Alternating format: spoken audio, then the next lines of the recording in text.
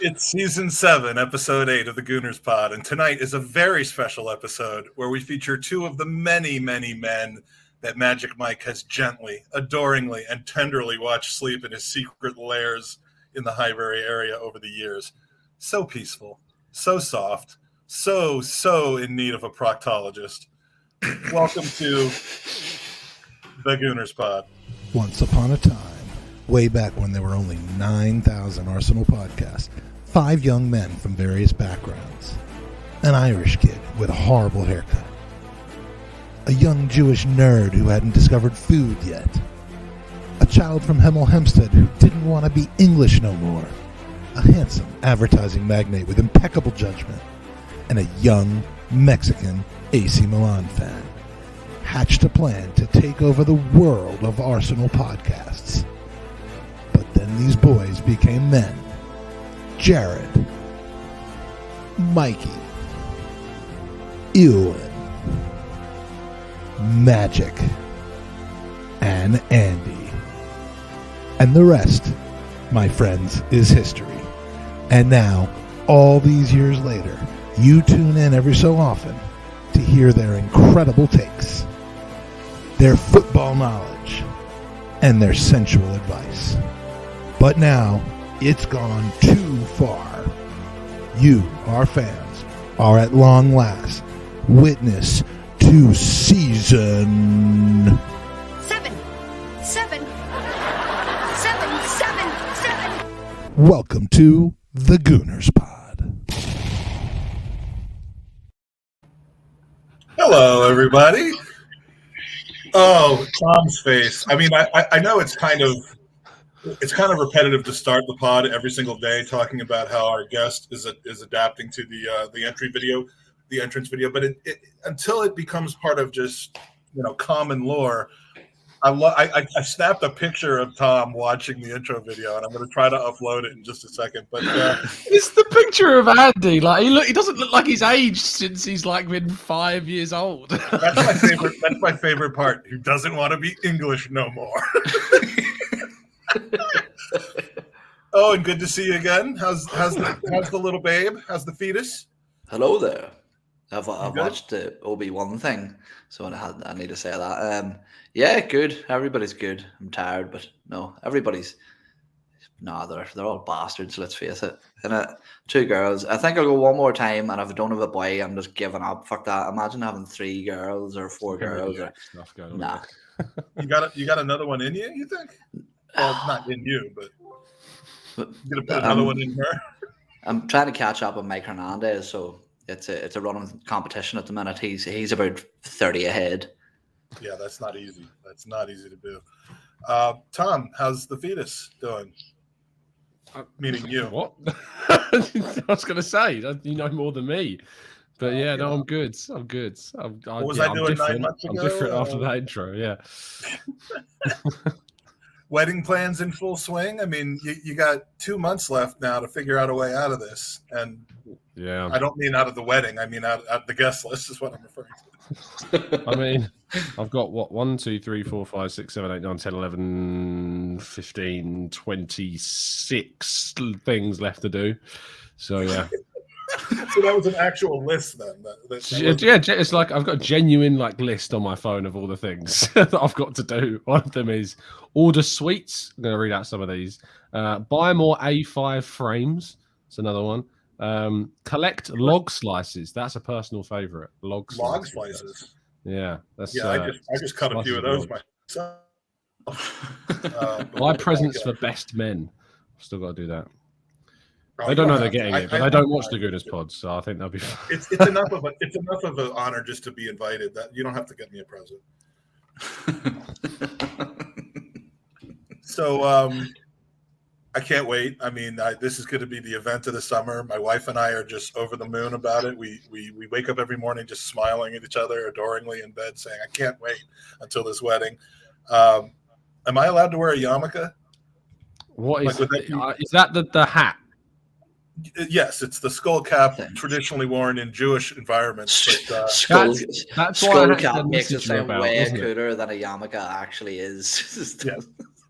Oh, yarmulkes are cool AF, dude. Don't don't front about yarmulkes. Come on. I didn't. I have never worn not one. you. Mainly No, because no. my hair just wouldn't allow for it. I don't think, because it's just like a buffer. Like it's so. I might start there, wearing mine. one because I'm getting like that shitty little bald spot on the back of my head now. So the yarmulke could probably do me wonders, mate.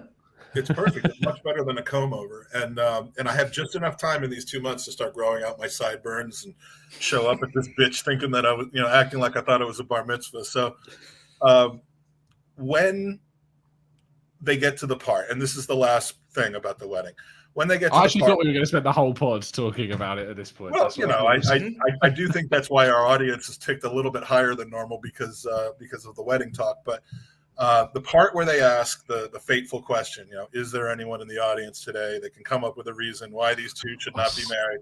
I swear, if you say anything, I will gut punch you so hard. I promise you, I'm not going to say anything, but I am going to have a video ready to be played, and here's the video. I'm about to enter Georgia. I have just entered Georgia. Georgia, the peach state. A state so beautiful that Tom Canton decided to marry it.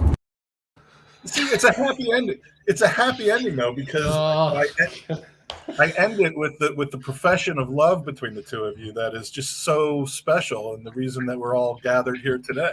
We have got a wager in the Gooners Pod group chat as to whether you're going to shed a tear at the altar or not. Are you an emotional guy? Do you think? No, I'm not. I'm not. She's convinced that I will cry. She's not convinced I'll cry. She's trying to She's trying to will it into existence that I will cry, but I won't. I know I'm not an emotional person. I mean. The last time I cried was maybe it was when 500 Spurs fans attacked my Twitter account. Maybe that was transition seamless. I don't know. What about that? Yeah. So what? You were crying in your sleep that night that I took the picture. So or maybe that was Owen. My body just knew someone was there. Did you know? In that moment that you talked about with when is there anyone that has anything they'd like to say? You know that if anyone actually says something, they have to stop the wedding and you have to postpone the wedding. Do they really do that? No one did that at our wedding. I didn't realize that was actually still. It's like a stone. I found out the other day, and I was like, "Oh no!" So we're gonna have to postpone the wedding. Someone, you don't know how many wind-up merchants are going to this wedding. Oh God, I'll be in good company. Yeah. No, perfect. We were sort of talking beforehand, Tom, about this piece that you put out today, was it? It's gained a lot of traction, not from the fan base. It maybe wasn't intended. I'm not sure whether you had the idea in your head that it was potentially, poking a beehive with the Spurs fans. Look, give us a bit of background about what the piece was and the kind of response that you received. Yeah, well, I mean, just a glimpse behind the curtain. Part of my job is when I log on to do my 8-hour shift at FL is that we come up with ideas for some pieces, because me, Bailey, and Chris, who done the fan brand side of things, it's kind of our job to create some more organic content based around kind of, just something interesting. So today's piece was about the idea that despite Spurs finishing above us, if we end up having a better window than them, the whole idea of finishing in those Champions League places isn't redundant, but it's certainly, I think, if you'd have asked me, would I rather have got into the Champions League last season or had a window that transforms Arsenal into a side that will near guarantee Champions League for the foreseeable future? I lean towards that because, with Arsenal, there's no other guarantees that they're going to sign the right players because of history. And with Arsenal and Spurs, they're not positioned to challenge at this point for the Champions League. So I want to position Arsenal in the best place possible for the long-term future of success. So this window, I was, bricking it after we missed out on the Champions League because I thought we were going to, just cock up the window, basically. And so I did this piece around that, and the tweet was, which you got to put a tweet out that's gonna draw a little bit of attention. And the tweet was Football Spurs are champions. Never does that. I mean, there's never any kind of high tweets or headlines that are meant to. We're gonna go into that. We can go into that if you want. Someone DM'd me the other day saying, it's like, Tom, I love your content, but my God, I hate the way you tweet them out. And I was trying to explain the idea behind a headline's like a book cover, you don't buy a book for its front cover because it tells you everything that happens in the book. You know, it teases the story.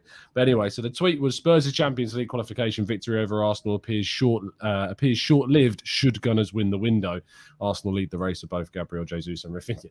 And so far, now I've just checked, over 500 Spurs fans have replied or commented or quoted that tweet with just, most of them are just vitriolic abuse. A lot of just like laughing emojis and stuff. But yeah, it's just been quite the day where I've had to mute my Twitter basically today. The thing is that I have access to 3 Twitter accounts, which is my personal one, the Gooner Talk one, and then the Football London Arsenal account where I then tweet out my articles from.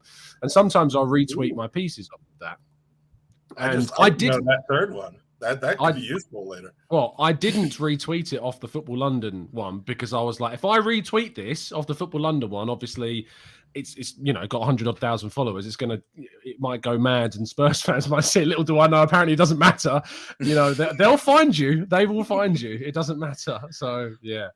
Do you not reckon that maybe, like, I'm trying to sort of play devil's advocate here slightly, and it's that when we talk about maybe, and we'll delve into these players in a little more detail later on, but do you think that it's potentially the fact that Arsenal fans are already almost standing as if we've had this fantastic window, when yet Gabriel Jesus isn't over the line, the Rafinha deal is still sort of at its very early stages? Do you think that potentially this sort of tarring over the business that Tottenham Hotspurs have done is slightly premature? Yeah, absolutely. Like we haven't done it yet. Now Jesus is, you know, to the best of my understanding, it's a case of when, not if now, which is great. But it's until he's up on the Arsenal website, you know, anything can happen still. Rafinha is a little bit different, of course, because it's really up in the air. There's been some interesting lines on whether or not Arsenal have made this second bid. This is the silly season where a lot of accounts use the hype of the transfer window to just basically preempt what is going to happen. You know, Arsenal are going to go back in with a second bid at some point for Rafinha. It may have happened, it may not. I've not heard anything or seen any credible sources come out with that at this stage. But it's quite an easy thing to predict. And you looking at lots of articles, kind of guess the kind of figures that it's going to be. So obviously that makes it quite easy to write up a story or write up a tweet that just says Arsenal have now bidded, and then when it comes out that actually it's pretty darn close to the reality, and the Athletic or my colleagues at Football London or somewhere else reports on it, that it will go mad, and that person will get all the credit when they just guessed, a fairly educated guess. So it'd be interesting, but I think that there's a lot of hypotheticals right now, but it's great. I mean, I've never seen the hype around the window as much as I have this one. It's mad this summer. Imagine doing a show every morning about it, because it's chaos. It's absolutely chaos. Well, that's what I wanted to. I kind of wanted to get into a little bit, because we've known you. I've been blessed to know you now for 7 years, 7 years. And I've watched you turn from a blooming, from a caterpillar into a beautiful butterfly. And you've been borrowing Owen's books. and your career right now. I mean, here's a video about your career.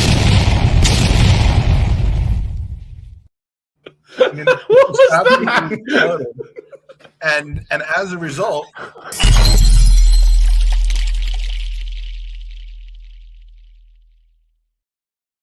you're just on fire right now. And I just want to say how proud I am that you haven't thrown Owen and I and the rest of the guys into the rearview mirror yet. You still remember the homies from the original days, when you were building your internet presence. So I just wanted to say, even though I'm old enough to be your grandfather, I think that you just really made us proud. And thanks, man.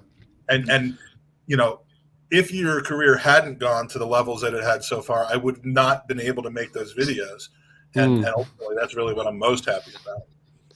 Yeah. Look, it's mad, isn't it? But I remember hard work, consistency, genuineness, genuosity, and hard work. I don't know if I mentioned that. That gets you places sometimes, and it's been a nice, pleasant watch to see you rise to the level where you are getting literally thousands and thousands of people interested in the things you have to say and the takes that you have in what I consider to be an organic way rather than in a sensationalistic way. And we don't need to name the people who have built ridiculous, channels and audiences just by being the puppet master of negativity and screaming and yelling all the time. So there's only a couple of people that have done it the way that you have. I'd put Harry in that category. I'd put Soph, although some people see Soph as being negative. I don't see her that way at all. I see her. Yeah. But the hard work results in a nice audience thing, and that's why we have almost no audience, because we've missed the hard work part. No, I think one of the things that I've learned is one of the myths about it is that, the whole who you know and what you know side of things. Yes, who you know is important in so many aspects, but I didn't get my break with 101 before I went to FL because of who I knew. That came from emailing every site on the planet every day. Is there a space? Do you have something? This is while I was teaching, is there anything going here? And, without, I suppose I'm revealing information about it, but, at first it was a case of the offering was below the UK minimum wage. And, I was going from teaching, and whilst anyone who is a teacher will know what you get paid in teaching is not reflective of the work that teachers do. It's insane. But it's a very decent wage, being a teacher in just the grand scheme of jobs. You're talking base rate, you go in, mid-20s, and you can progress through to late 20s fairly early on in kind of that career. And to risk that, especially when I'd literally just got a house with the missus, we just literally started paying a mortgage. Thankfully, she had a promotion at the time where I wanted to jump out, and I got this offer from 101, but it was still a case of going down to absolute minimum. I had to fight to keep it at minimum, and then working 6 out of 7 days rather than 5 out of 7 days, and 13 weeks of holiday throughout the week, which was nice as a teacher, having that much time off, but you certainly earn it. But yeah, that year before I went to FL was really hard. But it was a case of you get your foot in the door, and you just do what you got to do. And it wasn't just Arsenal. I was writing about Real Madrid, Barcelona, Chelsea, Man United, Spurs. Tough. Yeah, hard because 10 dossiers about Soboslai and Asensio. Well, I interviewed Soboslai in that job. So, and that again just comes from. Mm-hmm.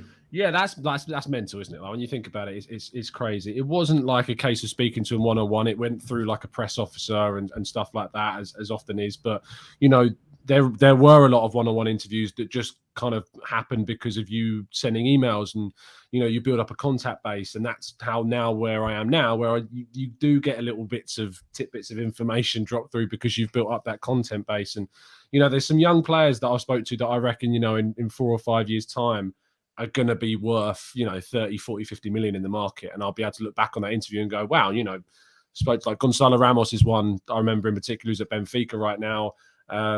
Ironically, he's one of the people that I got, I don't know if you remember this, that we did that collective message to the members at TGT, and we got that little 6-second clip saying you're a legend, and I got Gonzalo Ramos to just turn around and say like you're a legend. I can't remember who it was, but yeah, I've got him. I've got Ralph Priso at Toronto FC. Who else? Who was another one? There's another Theo Corbin at Wolves, the Canadian international. So it's just so random. I'm going to assume that you have some sort of organized, I'm showing my age here, but calling it a Rolodex, but like some sort of, a little black book of your contacts, because really, and it is little, in the context of like. Your Chris Wheatley's, your Charles Watts's, your David Ornstein's, it's little. You start out and you're battling to try and get any kind of reputation. You're battling to try and show what you can do. But there's like it is amazing how quickly you can still build up stuff. Talking a lot with Ben Jacobs at CBS Sports, he's been the nicest guy in the world, like to talk to. He's such a kind person. Kaya and Chris, when I went to FL, I was blown away with Kaya. Kaya's like my Kaya's great person, man. When you thought I'm tall, when you meet Kaya, he's huge. He is. Well, he's tall, but he's so nice. I mean, so much fun too. But see all those names you mentioned there, Tom, the likes of Ornstein and Watts and Wheatley and everything. And funny, we actually had a conversation in our group today. We were talking about the pod tonight, and I was actually mentioning that I think that we all think that you're probably the best on the platform at definitely 100% holding a show individually and doing those solo shows. And I would say that you have something that even those guys don't have. They may have their black books full of these huge contacts, but you have the ability to systemically break down teams, to tactically break down players and how that they're going to be put in. And I suppose the question I wanted to ask you, which even for me being a mate of yours is still something I don't know.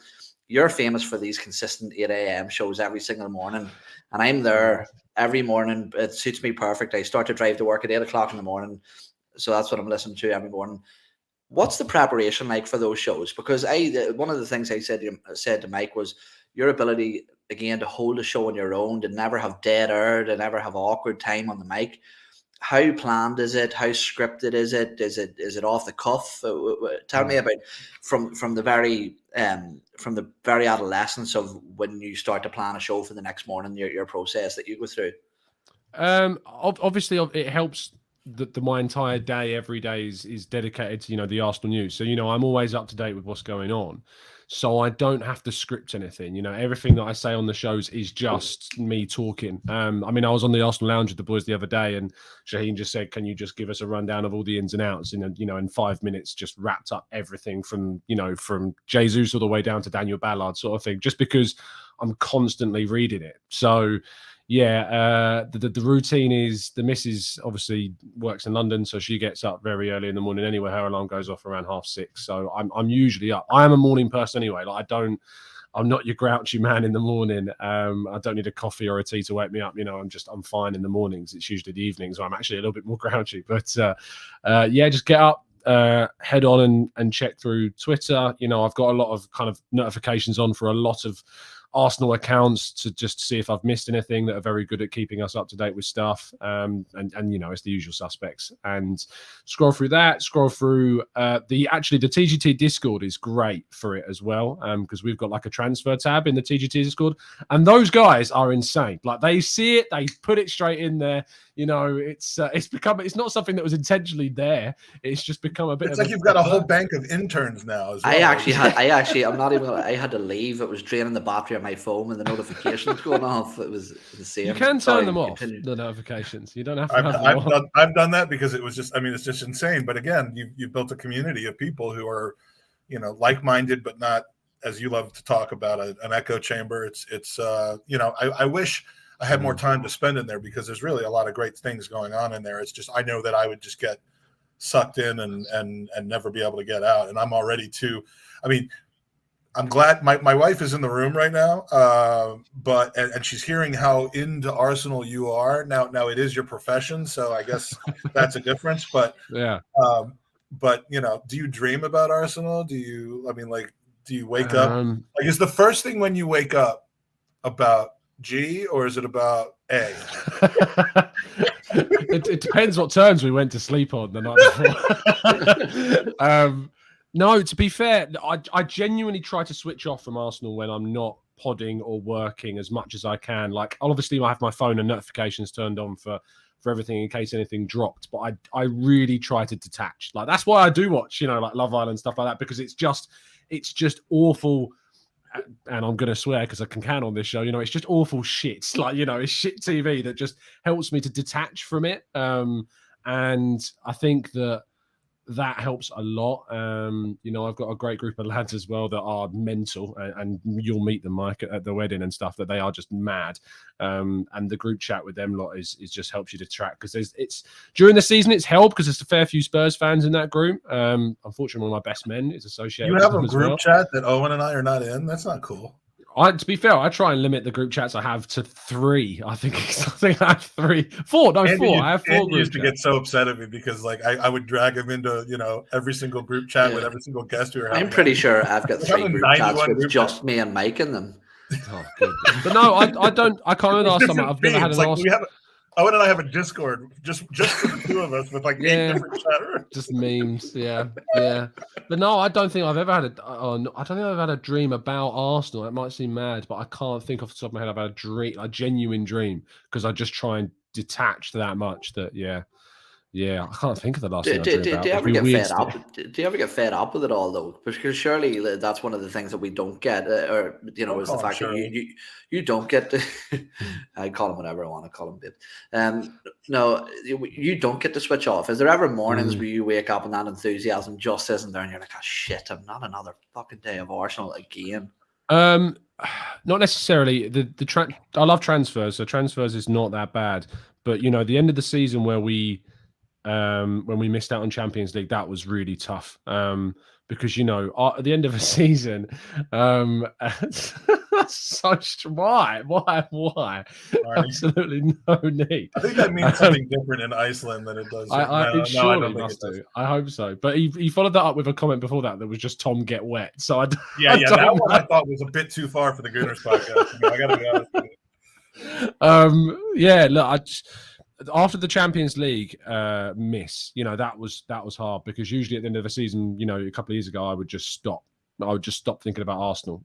But you can't, because transfer season starts immediately. So you start immediately talking about it. There was a lot of debriefs, and for me, the Arsenal fan base at times, and it's only a portion. It's a real challenge, because every single day feels like a challenge to battle against what I think is opinions that I just can't get my head around how they exist. That's sometimes things that I really struggle with, especially after the season. At least you're not confrontational or I can be, though. I don't want to sit here and try and be some like pariah of goodness. I can be, and I bite. Well, I was being completely sarcastic, by the way. Oh, great. At least when you do take issue with something someone says, you're not confrontational, you're not condescending. It's very and that's what we love about you. We're going to agree to disagree on that, Mike. His favorite. The last time that you weren't thinking about Arsenal, I have a picture of it when you were a fetus. I'm really curious who that actually is. What is that a mermaid? That's when it looks like it. That's what. Oh, that person does not have legs. I'm very, very sorry. That was not cool. So let's talk about transfers a little bit, because we know that you're knee deep in these guys, and I also I do have some spreadsheets, and I will bring these up after we kind of talk about these players, because I've been really diving into kind of what our wage bill is and what our transfer fee prorations are and stuff to kind of compare where we were 3 years ago at the beginning of Tom's favorite word, the process word. And I didn't bring my bell to the hotel room. I failed everyone tonight, but to where we are now, and it's a pretty interesting read. But I want to talk about kind of these names first. So I'm going to give you a partial list of players that I've heard we're going to sign. Many of them came from your preview shows, other Arsenal things as well. So we've got Tielemans, we've got Rafinha, we've got Gervinha, we've got Jesus, we've got Abraham, Noah, Ivan Toney, Tony the Tiger, Asensio, Nonsensio, the Butcher, the Candlestick Maker, Milinkovic-Savic, Robbie Savic, Zinchenko, Dean Malenko, Skamaka, Chamaka, Umtiti, and last but not least, my titty. Now, out of all of those, pick the ones that you think are most realistic, and give us kind of the up to the minute of where we are on them. And I mean, the one I'm most interested in is Tony the Tiger. I got to be honest with you. Well, your titties are definitely coming to North London this summer. I think part of them are still in North London. On that kebab shop counter. Oh man, the image. No, in terms of who is Tielemans, does not look like it's a thing anymore. Yeah, that's that. Is that really, or are they just kind of waiting because it's almost a done deal and they're going to come back and sweep them up? That's the line the Athletic's gone with, but that's not what I was tipped off about before. I mean, it makes it. It makes At some point, sense. if there's anywhere I'm going to get a hotel bell, it should be a hotel. Yeah, it should be. You should have nicked it. Stephanie, It makes sense that that would be the case, because Tielemans was very keen to come to Arsenal, and Arsenal had no issue with personal terms with Tielemans at all, and haven't for a while. So we just haven't bid. There's these stories that Leicester want more than the 25 million, and maybe, I've not heard anything to the contrary of that. We just haven't put a bid in. And there's a reason why. You have to think, if the player's not an issue and you've not yet put a bid in for Leicester to say that's not good enough, that's not high enough, you have to start questioning why on earth you haven't put a bid in. But that deal seems pretty, at this point, dead. It's not to say that it couldn't towards the end of the window or later on in the window, re-emerge. And there was a time where Arsenal's interest on Ramsdale looked to be cooling at the end of last window, and then within days, that changed. So the transfer window changed very quickly. Jesus is that because of Vieira, or is there another? No, because they're very different players. Arsenal have looked at Tielemans for a while. He was the priority. Arteta's admired the guy for such a long time, and they want that kind of player that can play where Xhaka plays, but give you more progression than Xhaka gives. So, and they don't want, the Basuma type. They haven't been interested in going for a defensive mid. That said, the Lisandro Martinez link, he can play there. So perhaps they see him as someone that can, deputize in that role. He's, if you'd have said, I want that. I was going to say, if you'd have said a player that would be a great buy, and if you really look into Lisandro Martinez and you look at him and you watch him and you look at his numbers, like they're mental. Like some of the numbers he produces are just insane. Like he doubles so many defensive stats that Gabriel does. And if you consider he's playing for Ajax, not a team that get dominated defensively too often, and yet his defensive numbers are just still so good. But does it not worry you, Tom? And sorry for jumping in, but maybe this is just PTSD from our history. When I look at the height and the stats and the style of the league and play, and correct me and tell me why I'm wrong. Shudgram Mustafi type vibes. I mean, Shudgram Mustafi came in and had phenomenal stats playing in La Liga. Why would Martinez not go down that same path where he struggles to adapt to the Premier League's pace and physicality? Would you say that Rob Holding is good in the air? Yes. And so still Rob Holding was beaten by Raheem Sterling at the back post from a cross. Look, at the end of the day, in the Premier League, if the delivery is good enough, it doesn't matter how tall you are, you will get beaten. There are times where the ball is just too good to defend against. The difference is with Lisandro Martinez is that his judgment, his preempting of play, his reading of the game is so good that, he would position himself to use his height to his advantage. That's why he has more percentage aerial duel success rates than Gabriel. Despite having the less height on him, he still wins more aerial duels than him. So, no, for me, it isn't an issue. But Mike, you were shaking your head, so talk to me. I was shaking my head to Mark's comment that Owen had made a good point.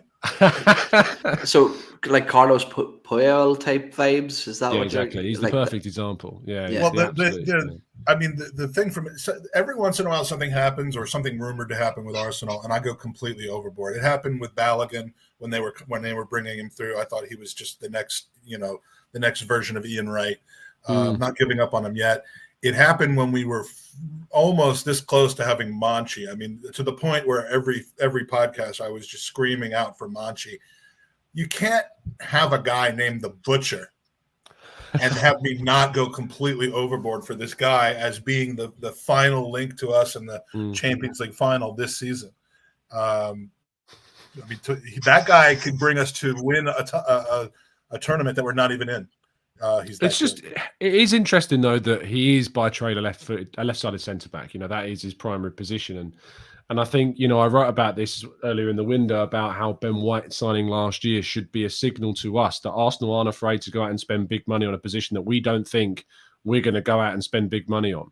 And I don't think people had left-sided centre-back as the area that, we'd be looking to spend that money. Yes, he can play at left-back, but hasn't really played that much there. You speak to anyone that knows him from Ajax, and we've done it for our tactical breakdown shows, and, they'll tell you he doesn't play there, and that's not his best position, and even recommended that they wouldn't play him there, So It's not like that's the reason why they're buying him. Defensive midfield, I think, is more of a reason. I think he's more adept there. He's played there for Argentina against Brazil. It's not like he's not trusted to play that role a lot more than Ben White is. And I can't stand when people say we should put Ben White in midfield because just no, he's not a midfielder. Is the Butcher better at left back than Granit Xhaka would be? That's my question. That's my standard.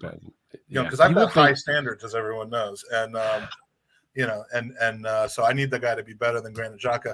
I actually did a little bit of for a moment, I was serious, and I actually looked at what our 25 players should be next season. This was before any of the transfers that happened.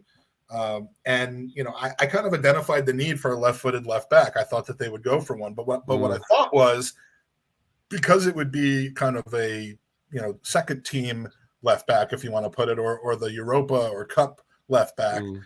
I kind of was thinking that they do a more kind of a guy who's out of contract, who's Premier League experienced, and maybe a lot older than the normal profile. And I saw Ben Mee just sitting there, out of contract, relegated, kills us every time he plays us, it seems. He's 32 or 33, but I was thinking that, a one-season transition type of thing. If they actually go out and get the Butcher and spend the 30-35 million that they would need to on him, I mean, that's more than I would have thought. I would have thought they would have wanted to devote that money elsewhere. Do you not think, and this is a question for both of you, do you not think that we seen the moral benefits of having a tight-knit squad last season, where minimum players, and instead of going out, say, for example, and getting a backup left back, a backup left centre back, a backup,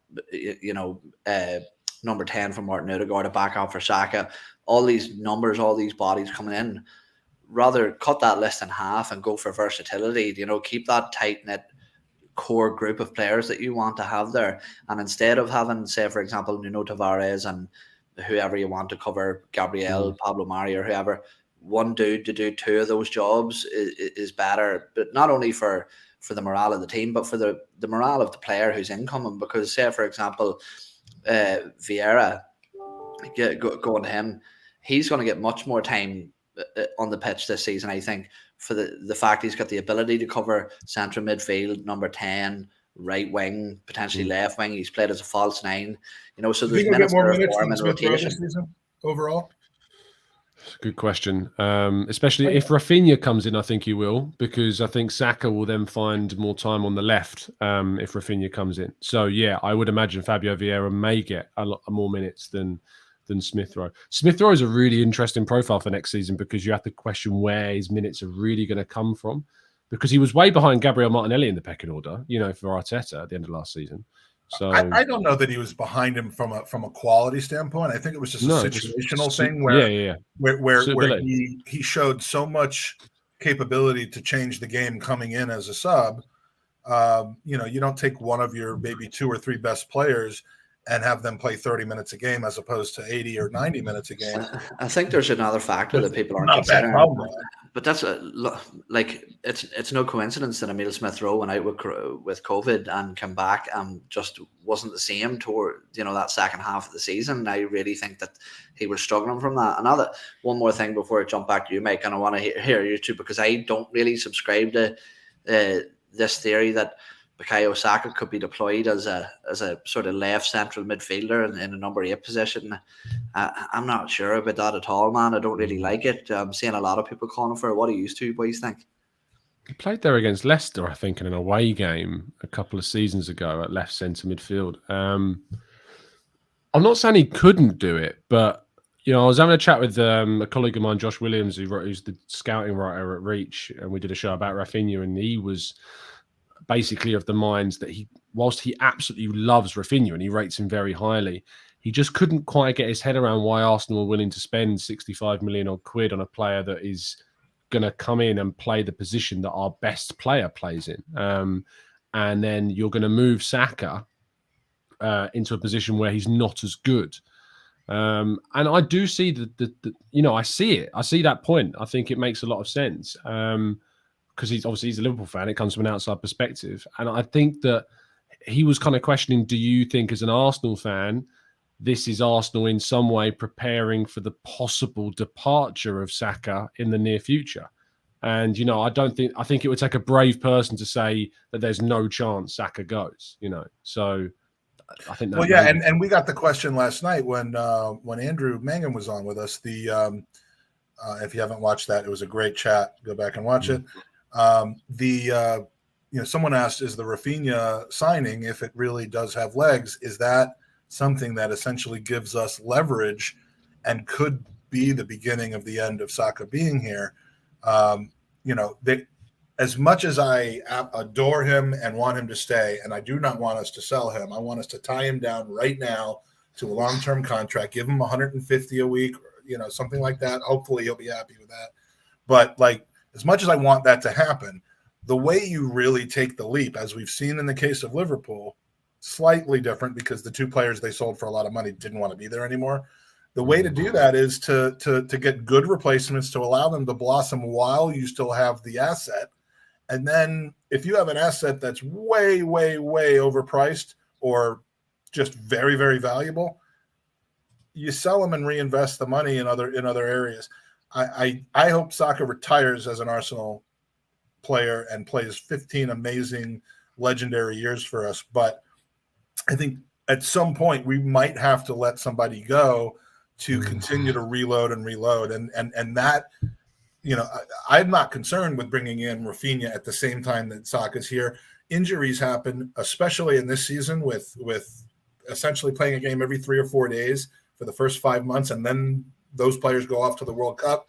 We're going to need strength at every single position. And so I'm happy that they're signing players and that we're sitting here wondering where the minutes are going to come from. That is so the opposite of what we dealt with from January to May last season. Yeah, I think also there's this misconception around what strengthening a squad is. And I think for a lot of fans, it means replacing players, and it just doesn't mean that. It absolutely means. It sounds like a tweet that I recently read.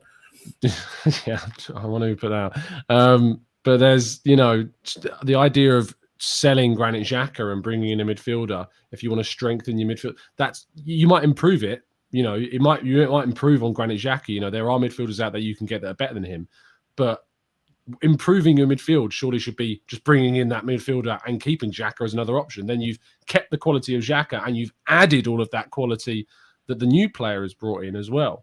And I can't get my head around this constant need to replace players always. Yes, in some cases, I absolutely understand it. Pablo Mari, Nicolas Pepe, these are players that I would replace in the squads, but they're not starters. We should be keeping our starters and trying to upgrade on those starters so those starters become the competitors rather than the easy, comfortable starters in the group. Because that was always why Olivier Giroud and Bellerin and Szczesny all got far too comfortable, because we didn't have competitors for those positions.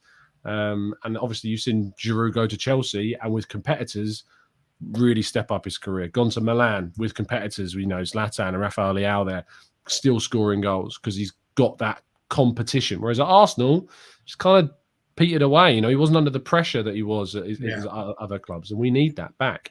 And Giroud's not, never been under pressure when it comes to his looks. But Liverpool brings in Diaz when they have Salah. Absolutely. Nunez when they have Diaz. They brought in Jota when they had Firmino and Sane. I'm sorry, Mane. Mario Sane, we call him. They brought in Thiago when they already had Henderson and Keita and Fabinho. It's a position that you can do when you have a pedigree, when you're able to sell players for their value, and it's the cycle where we hope to be in a few years, and I see us headed there. I do want to get into these spreadsheets a little bit, but there's two things I really want to quickly take care of. We've got 84 people in the live chat, which is fantastic. Tom, it's all you, I'm sure. Appreciate it. And so I do want to say, if you have any questions you want to ask of Tom in the remaining, 30, 20, 15, 20 minutes that we have, please put them in. I have marked the ones that you guys have already put in there, so we will get to those. If you have any more, just start the question with Q, and we will come back to it.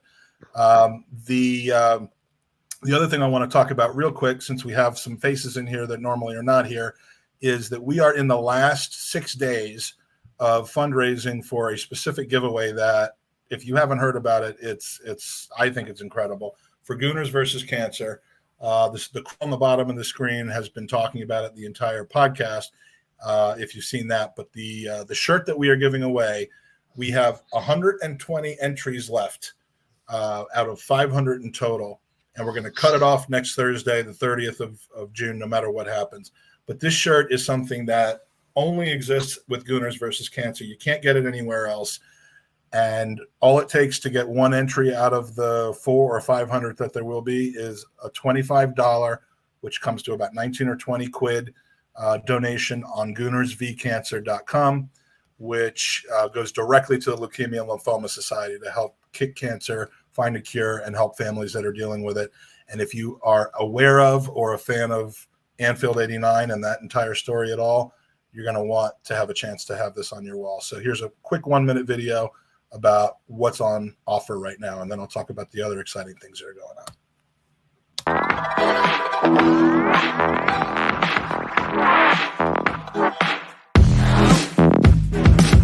Arsenal comes streaming forward now, and surely that will be their last attack. Good ball by Gibson, finding Smith. The Thomas charging through the midfield. Thomas! It's up for grabs now! Thomas! Right at the end!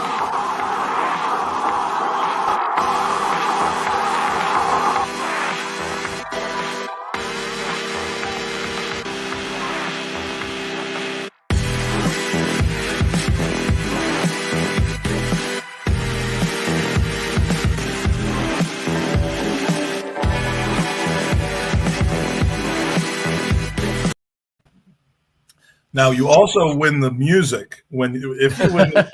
Well, no, you get the jersey, you get the shirt, but if you finish it, we're going to then draw for the music and a video of me dancing to the music.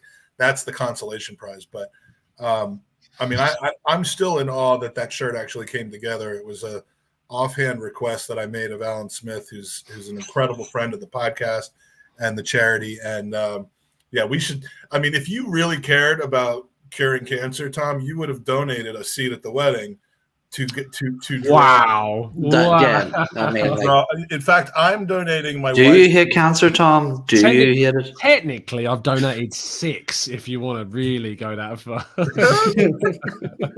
so then is it up to me that where I can donate either mine, both of mine? Yeah. You can be replaced by a stranger at my wedding. Yes, that's how Well, it's going to work. I would imagine I get even more money if the winner gets to go to the wedding with Steph, and I don't. Yeah. But yeah. So please check out the website Gooners v Cancer. We've now put an end on it, which is next Thursday, about a week from right now, and we're going to draw the winner next Friday night, and someone's going to get something that we're hoping to raise. We've just about raised $10,000. We're hoping to raise $12,500, which is about 10,000 pounds. And if we get, we're going to get close to that if we don't get there. And I think it's worth a lot more than that. So the person who wins is going to have something incredible. The other thing is, and Tom, you'll be very excited to hear this, we are doing the 3rd annual FIFA Gooners versus Cancer tournament. Screw this. Here we go. You're going to have to re-download the game. No. You're going to have to postpone your wedding. So the dates of the tournament are going to be July 26th to August 4th. Registration is open now. Excuse me. Registration's open. Aren't I so charitable? It's great. Registration's open now. It's open for both Xbox and PlayStation. It's fun. Owen and Tom didn't have fun either year that he did it, but most people end up having fun. And well, didn't you knock off Jake last year? No, I've never played Jake. I thought somebody. It was somebody else knocked him off by using. No, you used Salzburg. Yeah, I used Salzburg and beat loads of people. And Pats and Daka. I beat Ellis Mel with Salzburg. I mean, 8-0. Actually, I think what ended up happening, his friend Felipe beat him in the semifinals using Red Bull Salzburg after watching how you did it. So Patson Daka, I like the player. Is very good in it. Yeah. Well, that was when he was still playing for Red Bull Salzburg. Yeah, they don't really have a pacey striker anymore, unfortunately. So it wouldn't be as good. It's strategy. It's fun. You get to meet people. You're in groups with people from all over the world. It's just really a great time. And all you got to do is again donate $25 or £20. You can win tickets to the raffle. You can win cash. You can win Ruth Beck art prizes. It's a really great thing. And to learn more about it and to register, go to GVCXbox.com, GVC for Gooners versus Cancer, GVCXbox.com for the Xbox tournament, GVCPlaystation.com for the PlayStation tournament, and learn more about it. And either way, you can constantly get updated on early bird bonuses, which we have going on in the next 2 weeks. Other things going on with Gooners versus Cancer by going to Gooners v Cancer on both Twitter and Instagram.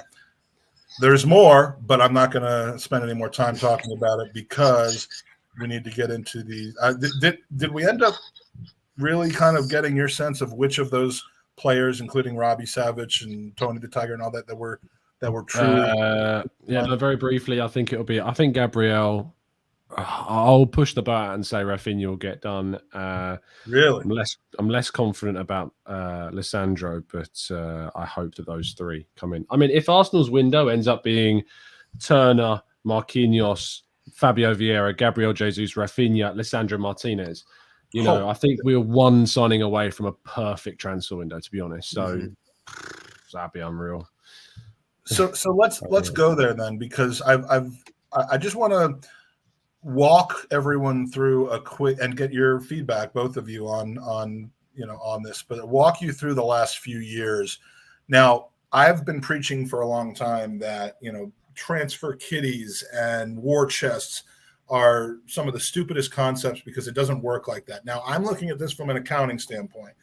I realize when you buy a 72 million pound player in Pepe, whether you're paying upfront, whether you're paying in installments, it's on the books spread over the course of the contract. But I believe that teams really focus on is not the amount of net spend or buys that you do in a particular window. It's the size of the wage bill, which is kind of constantly rising and falling depending on expiring contracts, depending on renewals, depending on what you pay per week. Now, the wage bill includes things like coach, agents' fees, possibly other, paying Erling Haaland's dad 100 million pounds. I mean, there are other things involved in this, but you can look from year to year at the constant of it and see some changes that have happened. So here's what I want to kind of show you. This is that going to end up being too small for people to see? It's certainly kind of too small. No, you can see it. Okay. This is the year that Arteta and Edu kind of took over. Well, it's the year that Arteta took over. Edu had been on the job for 6 months. This was our player wage bill. On the left is weekly wages. In the middle is the annualized version. And on the right is the amount of the transfer fee from when we originally signed them that we were still paying in that year. And you can see at the bottom that there were 4 players, including Lucas Perez, and that where we were not paying their wages that year, but we were still paying a transfer fee, the transfer fee amortization. So the key number at the very top, 222 million total bill between annual wages and transfer fee amortization for a lineup that included such, incredible Arsenal contributors as Mesut Ozil. Aubameyang was a good contributor that year. We've got Bellerin in there, Socrates in there, just Danny Ceballos. I mean, just some absolute non-helpers to our team that season. That's what they took over, 221 million. We go to the next season. This is when we start buying some players out. And as a result, you start to see some changes in the wage bill. But it inflates to 242 because we really do still have all that dead wood. We've got Aubameyang's new contract. We've got 32 active players that we're paying and 4 who we're still paying transfer fees on. 243 million pounds there in the year after they take over. Now here's last year. this is where you start to see the benefit, not on the pitch necessarily, but the benefit financially and structurally of some of the spring cleaning that we did with some of these players that we essentially paid to leave. Aubameyang's fee, his total amount is half of what it really was, because we got rid of him halfway through the season, but paid his wages. So that, we're still at 208 with a squad of, 24. In January, we got rid of Chambers, Mainsley, Kolasinac. So really, this is where we saw our thin squad of 20 active players, including goalkeepers, which some might argue might have cost us some £100 million by missing out on the Champions League. But those are the improvement that's made. So now here's where it stands today.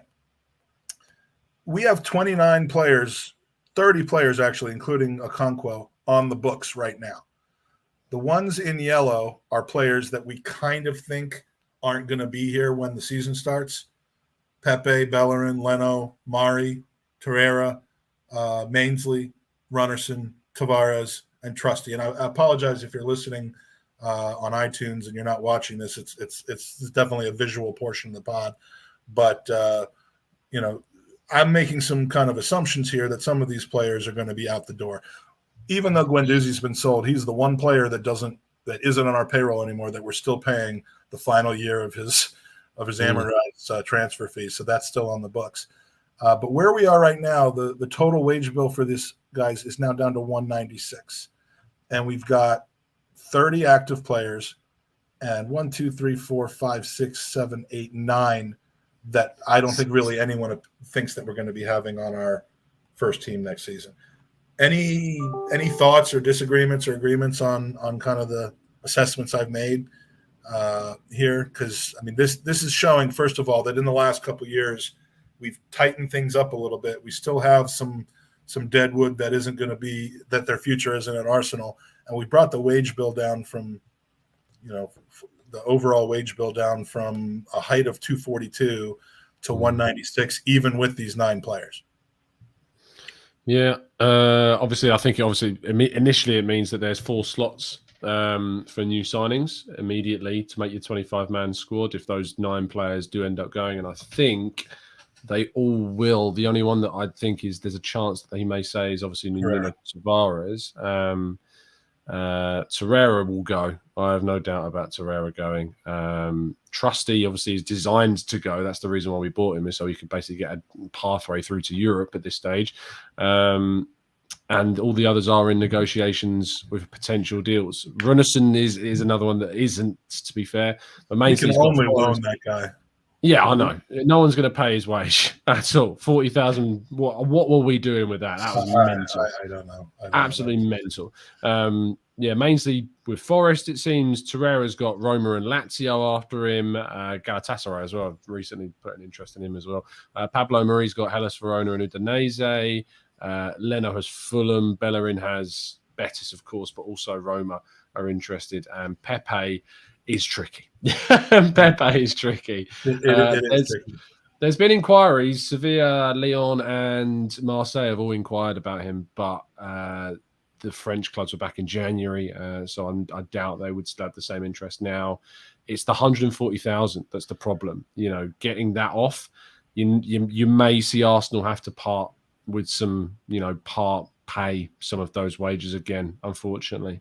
Either that or like we talked about with Aubameyang when we were, when some of us were advocating getting rid of him in a way before it became just desperate to get rid of him.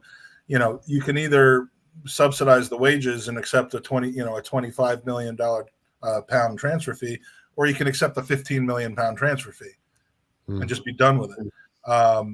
Better than having to pay. I don't think we'll end up paying for Pepe to leave, but I think we will end up taking a very cut rate deal, which, people will whine about how much we lost on the 72, but guys, that's a sunk cost at this point. Don't even be focused on that. So, with those 9 players either loaned or sold, here's where we are. Now there's one of these that's missing that I'm gonna end up asking you guys to vamp a little bit while I get it back up. But here's where, if we do either loan or sell these guys, the remaining 21 players, and Tom, you nailed it. There's 4 players left to get to Arteta's magic number of 25. Our wage bill and our transfer fees, which are, a lot of these dead weight players still have transfer fees. It's now down to 163. Remember, it was at 242 in the first season after Arteta took over. And that's if we sell these players that potentially are sellable. Maybe these aren't the most realistic thing, but 20 for Pepe, 6 for Bellerin, 8 for Leno, 2 for Mari. Probably won't even be that. 8 for Torreira, 5 for Mainsley, when we could have gotten 20 for him a year or two ago. That's 49 million that comes in on the books right now against the 163. So this is all to just kind of help explain why it isn't the end of the world that we just flushed some of these players down the toilet over the last couple of years, both from a social standpoint, get out of the club before you keep poisoning it further, Mesut, and friends, and there is a means to the madness of getting rid of wages. It doesn't make you better, but it makes you better positioned. And what the other thing that I uploaded that didn't actually come in here, and I'll show it in a minute, shows what would happen if we signed all of those 4 special targets that we're talking about. So Owen, if you want to get to a user question or two while I try to bring up that other spreadsheet. I'll touch on that, even if that's okay, just while you do that. What I was going to say there is it was the old saying that we always used to hear, which was paying Champions League wages, playing Europa League football. And I think that's what we suffered for such a long time, was the fact that we were almost being held to ransom by mercenaries that knew the club was in a very vulnerable position. They knew that the fan base was in a very fragile United problem that they're dealing with right now. Very fragile position, and it's very, very good to see. Now you look at the highest earners, the drop off from Thomas Partey at and around 200 grand a week, down to Nicola Pepe, who likely won't be here, at about 140, and then the next drop down is to about 120, and there's only a handful of players at that 100 grand a week mark. So, like you said, it's about breaking down the entire business model that the club had been operating at for successive years in a row, and really getting down. Because one thing that I really don't like is when clubs bring a player in at too high of a wage, because if they gain any kind of success, they're going to be wanting some sort of reward for that there. So you need to give yourself a little bit of wiggle room to negotiate future contracts and stuff.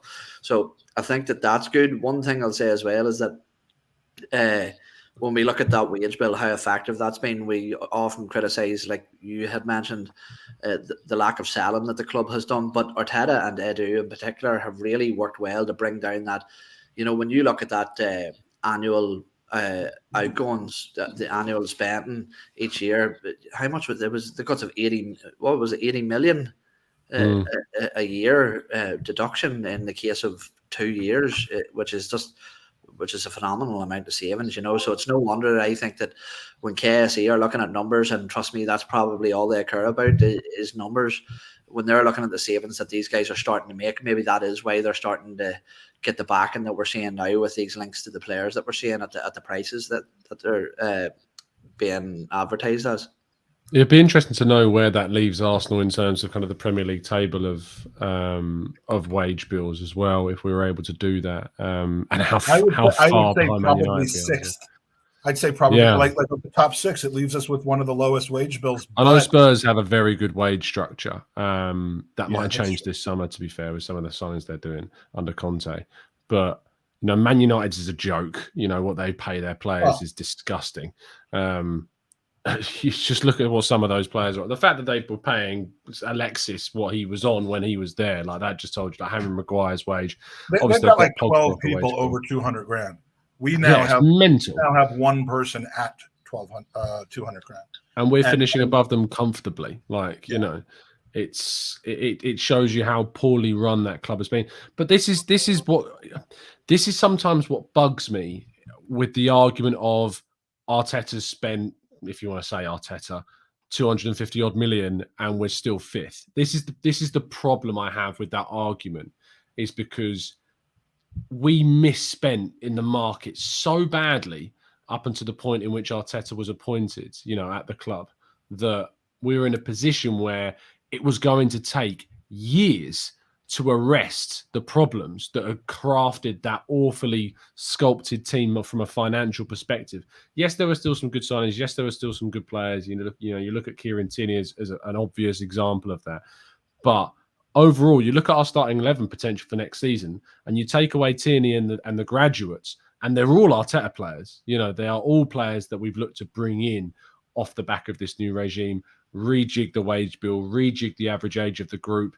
And people want to criticize and say we're going down Project Youth when we could have gone to try and win in that moment. But we didn't have the infrastructure or the foundations, in my view, to just do it at that point. And I think that we've spent 250 grand to go from the 5th under Unai Emery to the 5th that we finished in last season under Arteta. But they are night and day in terms of 5th place finishes. The fifth place under Emery was just we were on still on that slide going downwards, and you saw that when we were 11th by the time that Arteta took over. If that season had gone on for another month, we would have finished 7th. Oh, absolutely. And like the 5th that we finished in last season was a hair's breadth, a Partey injury away from 4th place, a 4th place that the smallest of percentage of Arsenal fans thought we were going to get Champions League last season, let alone be in the race for it. No one that we interviewed before the season in our podathon. I said 5th. I said I thought we had the 5th best squad, and to be honest, after January we had the 6th best squad. So you and Jake said 5th. One other person said 4th, and other than JJ, who I love, who said that we were going to win and Tottenham was going to get relegated. Those were the only 2 people that said higher than 6th. So. But yet our season was a failure, I suppose. And it bugs me because I do the show with the boys on the lounge, and this isn't to dig them out because I respect their opinion. But when we did the shows, and Shaheen and Mo, I think, were talking about they thought we were going to finish 7th and 8th in the league, and then we fight for 4th, and then there's still this overriding criticism of what we did and the missed opportunity. I guess that I get that we missed an opportunity, I do, but we created the opportunity for ourselves. We earned that right to be there. It wasn't no, Tom, because United sucked and Leicester sucked and everyone else gave that to us. Now, there's a difference between failure and disappointment. And what the season was, especially the last month of it, was a massive disappointment. But what the season was not was a failure. And that's that's a whole different discussion to get into. A couple quick comments, and then I have that thing to show. I have that thing to show to you guys that I've been meaning to show to you guys. First of all, from Gooner Craig, thank you for the super chat. I appreciate it. Sign Tom as our tall striker. Why not? I mean, he is a target man. I've crossed a lot of things over to him. I'm the Wout Weghorst of the Arsenal podcasting world. Not a lot of movement. You're more Peter or Petter Crouch, I think. In Petter Crouch, yeah. Because you have a good sense of humor. Kaya is the Peter Crouch of the Arsenal. Yes, that's true. That is true. Amir has missed a few morning shows and therefore wants to have a personal one-to-one conversation with you through our podcast. Would you like to tell him how you are, man? I'm very good, Amir. I hope you're doing well, my friends. I hope you're doing well. All right, so we are going to rapid fire through your questions now because but I do want to just bring up the one thing I wanted to bring up here, which is super chat, by the way. Don't forget that. Yeah, I haven't seen it. And that's on you. So here's with all rumored purchases here.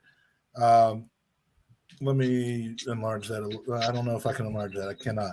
So here's the same 21 players, and I've added 4 in there. I've added from the bottom up. I've added Gabi Jesus. I'm assuming a 50 million 5-year transfer and contract. He's currently on 90. I'm putting him on 200. Rafinha, I'm assuming a 60 million transfer. He's on 63 now. I'm assuming 125. Yuri Tielemans, I know what you've said about them, but so this could be someone else. But yeah, I'm assuming a 25 million transfer fee, and he's on 33 now, so I'm giving him 75. And then the Butcher. I was wondering for a second, what was the T, and then I realized what it was. Yes, the Butcher. The is his first name, and someone asked earlier if the Butcher signed a contract, would I get his name on the back of my shirt? And I think I might actually have to do that. The Butcher on the back of the shirt, not Martinez. Yeah, I'm assuming 35 million for him. He's on 43 now, so let's call it 80. Well, and I'm, I might be off, but if I'm off on the transfer fees, divide everything by 5 because we're signing young players on 5-year contracts. So now we've got these additional fees on here.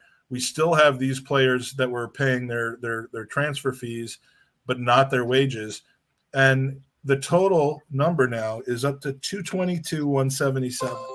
Now, when you compare this squad of 25 at 222 overall to this squad of 32 at 242 overall, I know there's some hindsight in there, but I mean, does that not feel like the right place to be? Yeah, and when you consider that in that time we've gone from, as I said, a 5th place that was on a slide to a 5th place that was nearly Champions League qualification, I think it highlights how even more impressive that season, and that, without using the words, but using the words, how impressive the process, has kind of been. I mean, all we have left in this process is to win something. Like that is kind of the most important thing, but I do think it's hard to deny that this is going someplace. And for anyone, if you just want to say, 3 years, a lot of saved money, and we're still in 5th place, I mean, my God, just start your own YouTube channel. I'm sure you already have. You'll get lots of hits for that opinion, but it's just so blind to the reality of the situation that's actually happening. Arteta finishing 8th in his first season as a drop from 5th. Well, when he took over the club, it was 12th. So there is a trend that's happening here. So I don't want to sound too much like an apologist, and but Mo and I have we are at some point going to be having a discussion about owner investment, which is a completely different issue. But should be fun. Thank you, Luke Morrison, by the way, first time viewer of this show. It's not always this good, but you'll find that out. Tom mentioned he was going to be on earlier. Thank you, Tom, for doing that. I was wondering where all the people came from. But showed it on YouTube. Yeah, so and we're on a roll too, because I think Dublin Gooners said something along the lines of, let me see, can I get that comment? He basically said, there we go. Here we go. I've actually learned something watching this pod. How did that happen? Usually the only thing a person learns is like, how much could a guy actually drink in an hour? We're the Love Island of Arsenal podcasts. You get more stupid. Imagine if you'd have done this at 8 o'clock, you could have had triple the views. That's true. I didn't realize. I don't want to go up against Sophie's pod, but I really should be more worried about going up against Love Island. Genuinely, it's why I will never pod at 9 o'clock while it's on. It's a joke. It takes so much viewership. It's mental. Yeah. All right, so let's whip through some of these user questions. Do you have about another 10 minutes? Mm-hmm. Okay, beautiful. So let's see. We have some comments. Harvey said, with all the barbecue edu, we could use a butcher at Arsenal. That's a good point. Daniel Robert expressing the exact thing I was railing against, which is we've saved all that money and moved up the table 3 places. Daniel always on the front edge of common sense. Let's see, what else do we have here? We have a question. For a minute, I thought you was talking about the wedding tables. Have I? Now, I put you at the best possible table for the Football Content Awards. Have you done the same for me? What do you mean you put me? I paid 150 odd quid for a ticket. You're getting a wedding present. Calm down. Honestly, when me and Mike were looking at the prices to go to the Football Content Awards that we were nominated for, and won stuff at it. It's mental. It was insane. If you are going to go, you got to go the full thing. I can't believe how much money we spent on that, but it was so. And then judges ate our bread. Yeah, we didn't even get our own bread rolls because judges ate everything on the goddamn table. And he's and then goes up on the stage to accept an award that he wasn't even going to go to. That's one of the most fun nights I've had in a long, long time. That was very good. I enjoyed it a lot. So I've never walked into a hotel and thought I don't belong here so much that I did when I walked into that place. Well, everything was gold and mirrors. And it was ridiculous. It was a big time deal. I mean, now I know where all that money went, and you know, frankly, we paid for that gold. We did get a lot more than the promised half bottle of wine. I was mainly Elliot that did that. To be fair, that's true. Well, do you remember? Do you remember? Sorry about this kind of. Do you remember when? Was it Judges or Dan Potts that asked like the waiter asked him to go get us drinks that I mean, it was you were supposed to go to the bar to get your drinks. Yeah. And Dan Potts is sitting there going, waiter. That's that fucking AFTV money's going to his head, man. He's just. Two Peronis, please. Two Peronis. He's going to have like a wild goose chase for Jack Daniels or something like that. You know, I think the guy got sacked that night. He would have got him. To be fair play to him. Wandering Minstrel. Do you think now more than ever, after club and player agree terms, agents are pivotal in deals going through, slowing things down? How can clubs deal with this and speed things up? By becoming very good friends with the agents. That's why. Look, we know that Jorge Mendes was involved heavily with the Fabio Vieira deal.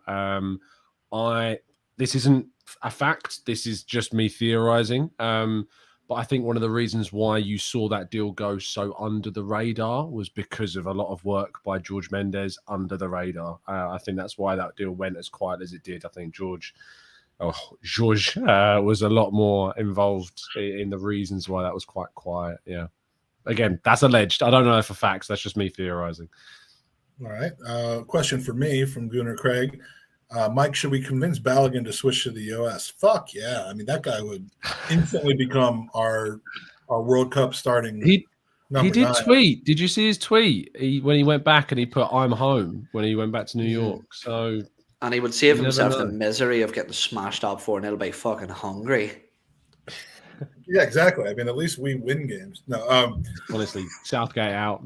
it's coming home, and I've got two different options for coming home this time. But yeah, Balogun, I think that would be perfect. He'd come in and dominate that. You know, Balogun against like Costa Rica in the World Cup qualifiers. I'm sorry, it's over. We actually only have two more questions, so we're gonna be done in a couple minutes. Harvey asks, will Holding leave if we sign Martinez? We could sign 9 center backs and Holding would not leave.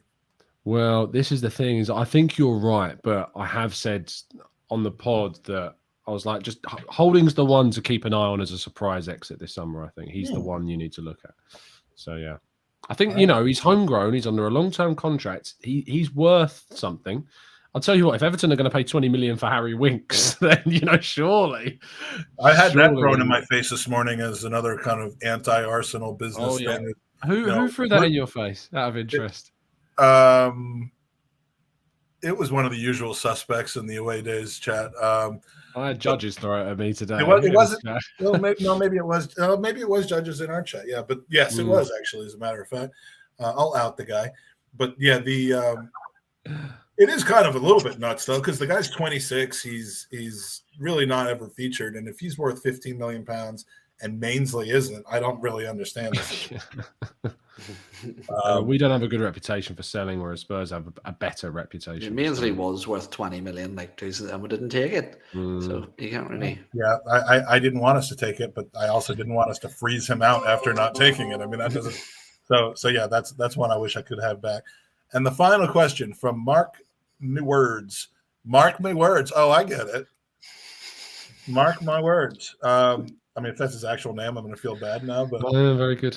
I didn't even get that. I was just going My Words. I had a friend called Look at My Ace. Now, if you only get one, which one would you pick? Lissandro or Rafinha? Oh, such a good question. I think I go with players completely different, involved. I think I'll go with Rafinha because I just think the big issue last season was goals, and I'd like to strengthen it. Why have you highlighted that? Please don't be watching. Please don't be watching. Please don't be watching. Why would you want to be squeezed into a table? Like I'd rather sit next to the table.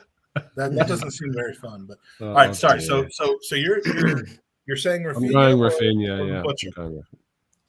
I'm going Rafinha over the two. I just think that's such a mad signing. Rafinha is such a mental signing for Arsenal to make this summer. Would that be It a really would madness? be. That'd be a madness. Yeah, Can I'd it call only that be a a madness. madness if it's 80 million pounds or more, or can it be a madness? Less of a madness if it goes for 80 million.